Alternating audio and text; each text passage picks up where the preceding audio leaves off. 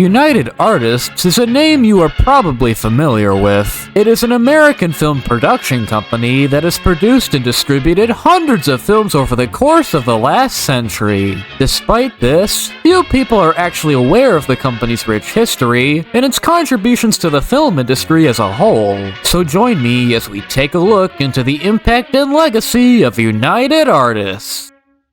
By the early 1910s, movies had taken the world by storm. Audiences across the globe had fallen in love with going to the theater, and it was around this time that major studios began to emerge. Universal, Paramount, and First National were among the top production companies of the era, and all of them quickly found success in the budding new industry. However, while everything about the movies seemed almost too good to be true, that's because it was. Especially for the people making them. Directors often found it difficult to acquire enough funding from studios, and actors were regularly forced into contracts that weren't always in their best interests. As a result, the biggest stars of the day decided to create their own studio run entirely by independent filmmakers. The end result? United Artists.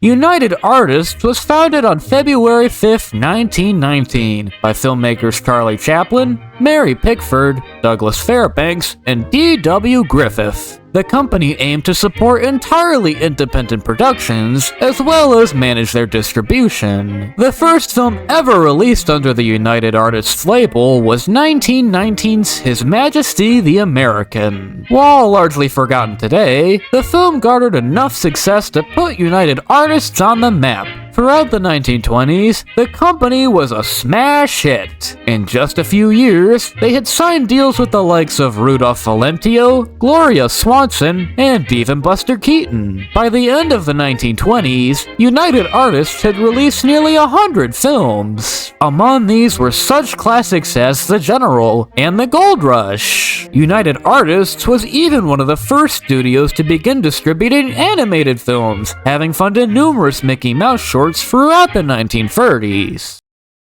The fledgling studio was not without its struggles, though. By 1924, Griffith had stepped down as president of the company. As a result, veteran producer Joseph Schneck was brought on as his replacement. Schneck was responsible for producing the majority of United Artists films during the 30s through his own studio, 20th Century. He was also able to secure partnerships with producers Howard Hughes and Samuel Goldwyn to distribute films exclusively through United Artists. It was also around this time that Schneck began buying up theaters in Canada and Mexico under United Artists branding. And by the end of the 1930s, United Artists theaters were present in over 40 countries, some of which are still standing today. Despite all of these accomplishments, Schneck eventually left the company in 1935 to focus solely on 20th Century.